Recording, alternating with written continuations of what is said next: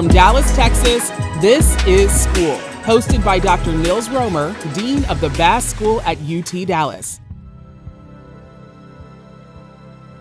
It's you. I could tell by the back. No, I want to put a little good word in for dance. Yeah. And you know, that's interesting you were saying, people haven't seen this before. You know how many, we've been around for 45 years. You walk down Fifth Avenue in New York, 99.9% never heard of the word MOMIX. Mm-hmm. And yet we've been performing for people over and over. And it's a show that when I see people that don't even know about dance and they go and see something that they get excited about, then that's quite encouraging. There's so much to expand the world of the human body and its communicative ability to inspire people to imagine, to think, and feel that energy that is what art should be doing.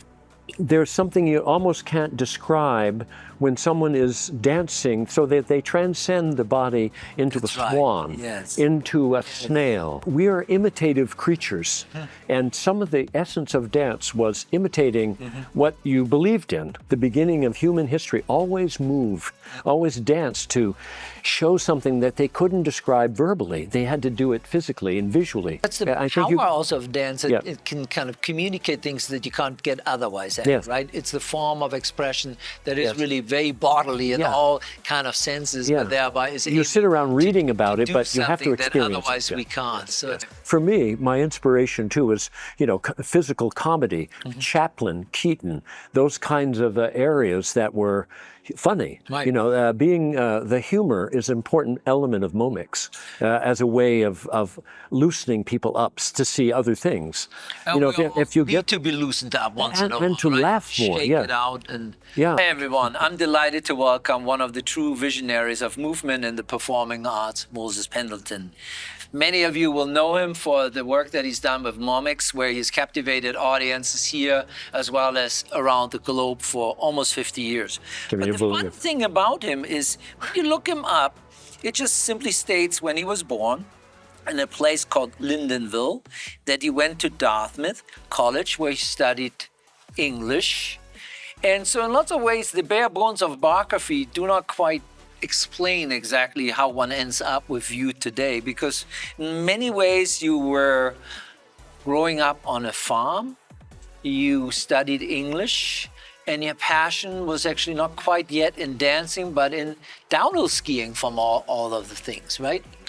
So far, so good. So far, so good. Yes, so I see your point. So where we're trying to go is how do one gets from there to here? Because I think the kind of thing that is so immensely intriguing that in lots of ways it started out very differently, and even your friends at Dartmouth were not all dedicated dancers, but you found each other in an introductory dance class. To be short about it, I think it's really the realization is that how do you deal with life is how you deal with the accidents of life. And you do not know what's going to happen to you in the next moment. But you do have to be prepared. You have to make a plan. I'm telling your students today, you need to have a plan, but you need to be flexible with that plan enough so that if it doesn't turn out, you don't shoot yourself or something. So for me, I was born and raised on a farm in Vermont, had an agrarian background. My father's dream was, my dream is to perfect the perfect Holstein Friesian cow. Every father dreams, every father's dream.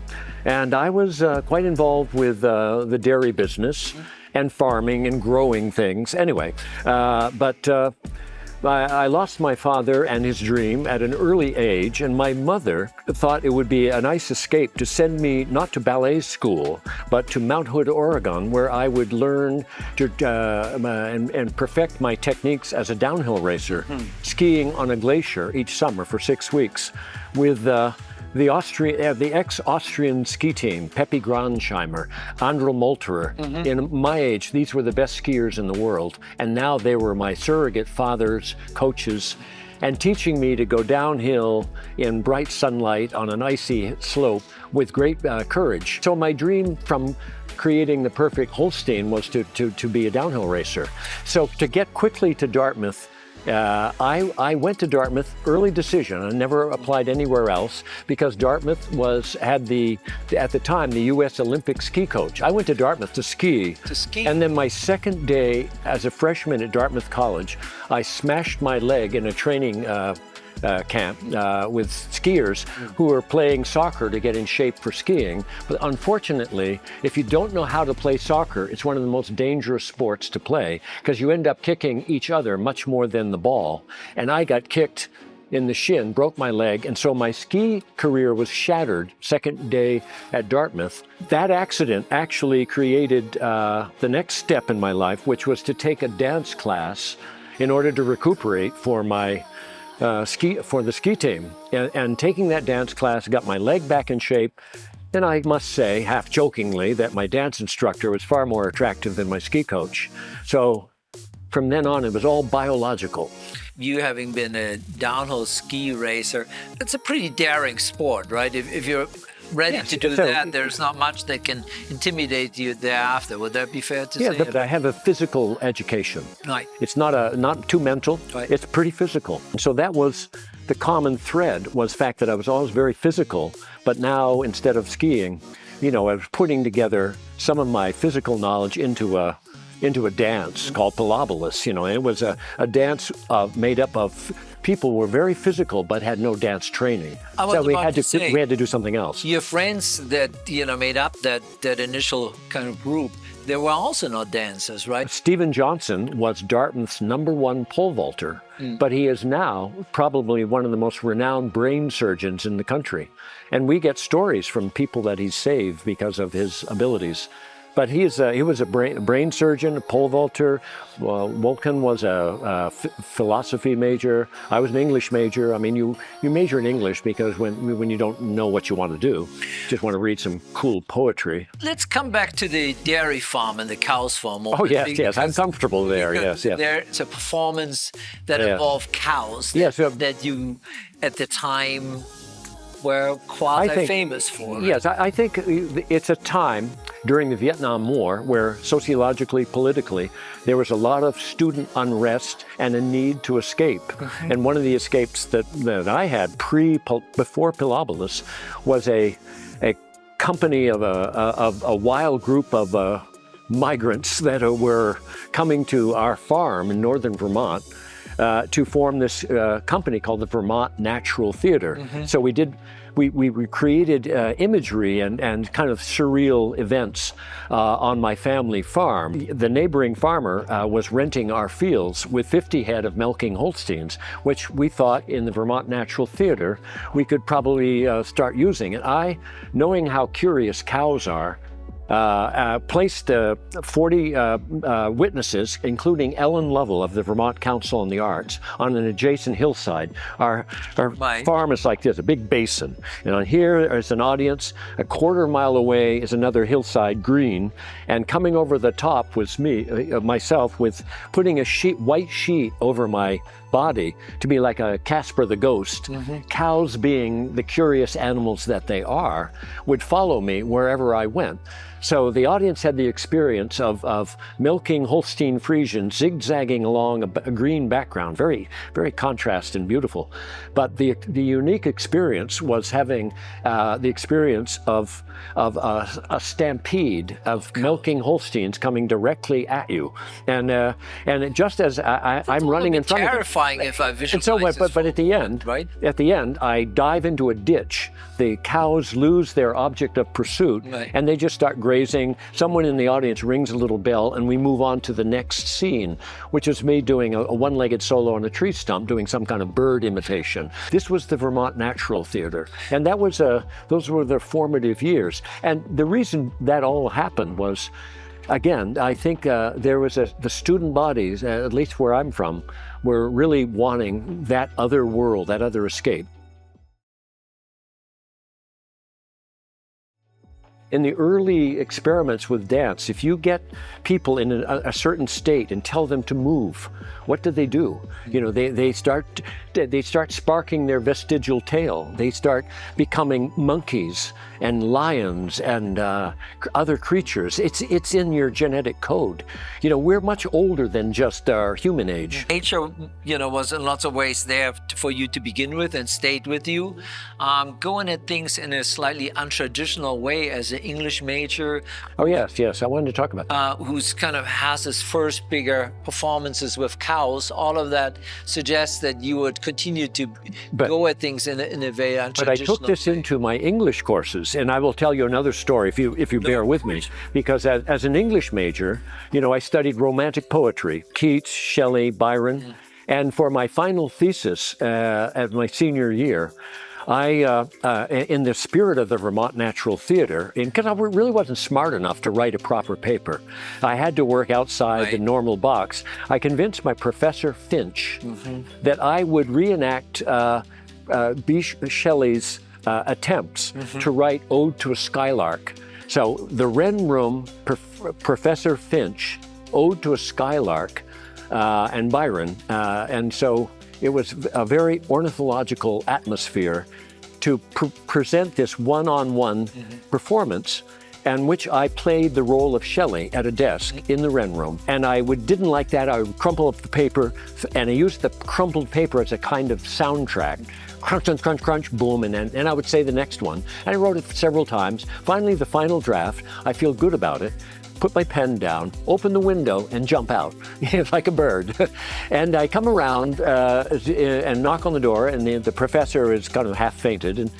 And so I got through writing a traditional English paper by doing this performance piece as an actor and doing Shelley. And he gave me an A. Literature by its nature requires us to do a lot of work, right? So we read, and while we read, we really in our minds fill in, you know, everything that ultimately is on the pages. Yeah. And it just stunned me being like everyone else, you know, when one watches your performances, that they in a way have that poetic quality of sorts. They're not really taking us somewhere and making us walk through something, but they're almost, you know, they stun me like to be almost like an invitation, like a poem of sorts that makes... Lamentation au voyage. Yes, it invites us actually to come on a journey, and you're orchestrating, so to speak, that journey. Yes. But we're in lots of ways required or invited really to work along. And then if we do, we come away really in a different way than we entered it at first. Yes, I like to say that if the MOMIX show, whatever we've done to be successful, is that people go away with a little less gravity in their step. A little lightness, because maybe they followed us down our own kind of rabbit hole, and they were refreshed, like a cold dip in an icy pond. Let's think about the performances, you know, for a moment. Yeah. There's again one of these words that you like to use. We know it as metamorphosis, and you know it as metaformosis, right? Yes, it's metamorphosis is betaformosis. That's how it goes. Yeah, Right. we talked about this That's at right. dinner last night. You have such a good memory there, Dean. You were inspiring more than the students. But there is a particular, you just talked about life. Life as being something that you need to plan out, but also life as something that you have to be ready for, however it The changes. accident, yes. But it strikes me that, you know, hopefully I have this right, that your creative process is a little bit like that.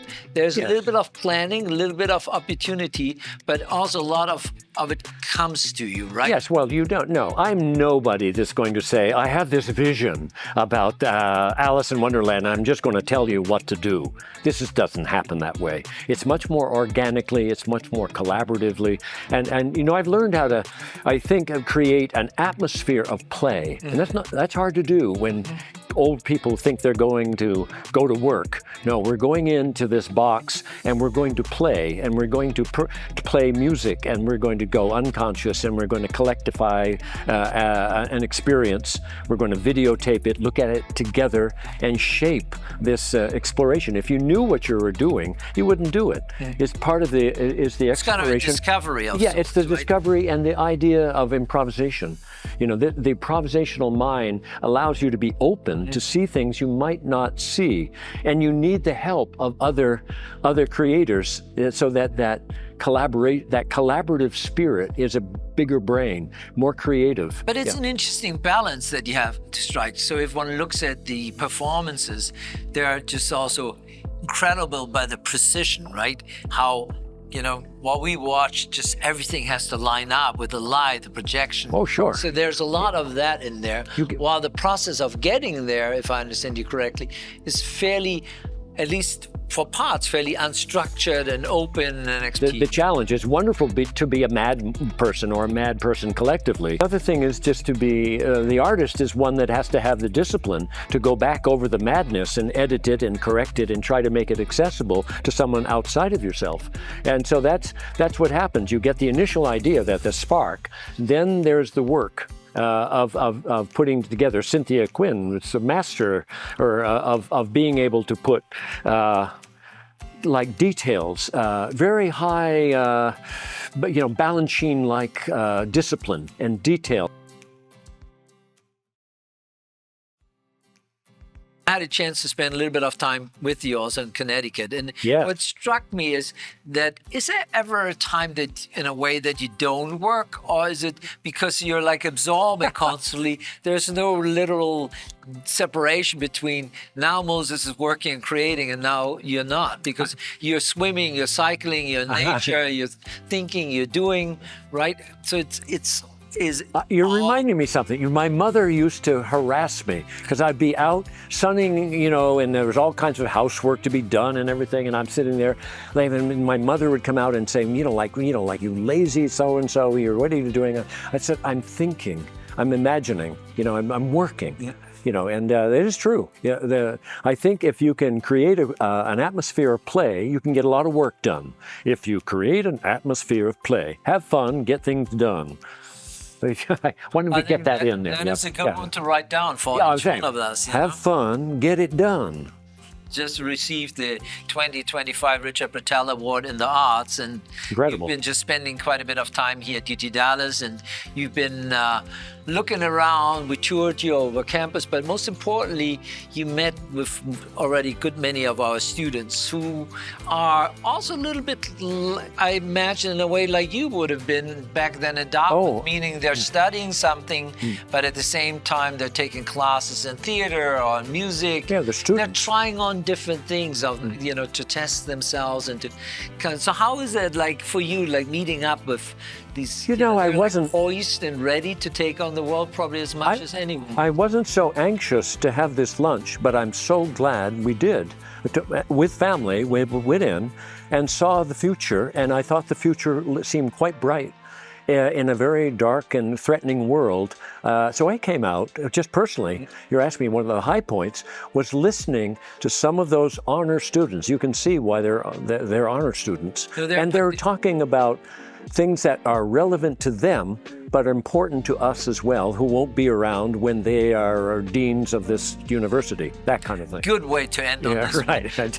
But it does mean that I think, and I feel this every day, like when you're here on campus, that there are lots of reasons to be hopeful. There's such a fantastic generation coming up that has a lot of things far better aligned than maybe we have had. I mean, you found your way in a very daredevilish kind of fashion, and that's what is so admirable. But I think these students, in particular in environments like here, we're trying to leave less to chance and try to orchestrate a little bit their particular ways of finding themselves and their voices. And so we're really thrilled also, therefore, that they have an opportunity to kind of come up close to you, touch you, and physical contact. And kind of have that. He's not a robot. He's not a robot. There's a common thread here, and it's called enthusiasm. energy and curiosity, whether you're engineering, bioengineering, psychology, dance therapy. It all takes an enthusiasm to go deep into what gives you your bliss, your subject. And some people take majors like I did because you have some options. You're not sure. As a freshman, you're not really sure. You're curious. I think the essence of universities for teachers is to create a curiosity in their students and an interest, because that's what you do. You want to inspire them as much as they're inspiring you. The creativity, the curiosity, but I think if we want to go with that, I think there's one C missing, courage. So I think in lots of ways, if you want our students to be curious, be creative, they need also to have courage, because we're asking them to, like you, I mean, unknown, yes, to lean into an unknown, and that's exactly what we as a society, we do not seem to value. We ask 18-year-olds about their life plans. We That's right. Know, you know, when they, you know, how they're envisioning their lives for the next 30 or 40 years. Now, if one would have asked you, that would have been probably a disastrous answer, because all the fun came actually in your life from the unknown, from the embracing the opportunities. Yes, it wasn't out of well, the courage came as an accident. You know, I had to have the courage because I wasn't able, as you say, to get inside the box. So I had to stay out in the cold outside. I've been trying to work within the box, but I never could get back there. I tried to be normal, but it's impossible, you know. But whatever that means, you know, that's it. These kids, when you say the unknown, it's maybe just what is it? And it's to be creative is being able to get outside of yourself. So it's not really you. Whatever you is, it doesn't matter. It's the subject that you're enthusiastic about. You just got to get outside of yourself, and that's what courage is having that ability to get out. Because otherwise, we're very small, little, terrified, you know, like molecules. It's as a student, you paint something, or you are on a theater stage, or you dance. You're participating in something that is becoming.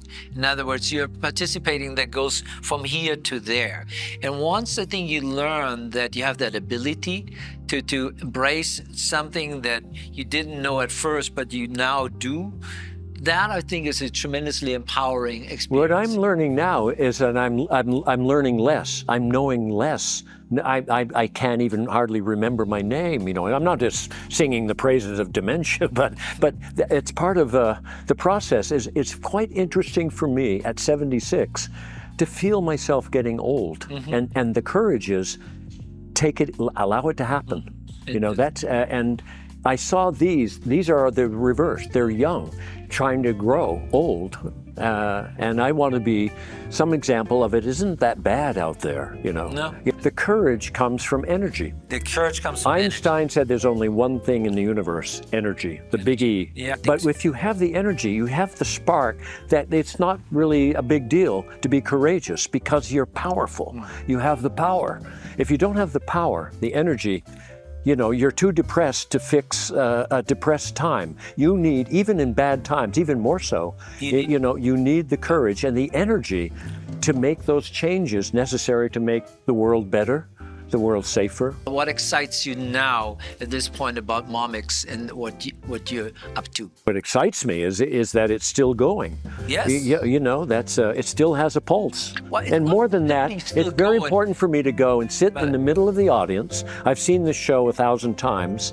But what I haven't seen, it's just the people around me and their response. And that also gives me energy, hope, and realize that perhaps we're doing something good. We're not a political force here. We don't try to say how the world is in reality, but more how it might be in a fantasy. And those fantasies are important for people's reality. Our new revival of a show called Botanica. Which is Botanica 2. Botanica 2, yes. Because it's returning to something that you had done before. A little before. Promotion here.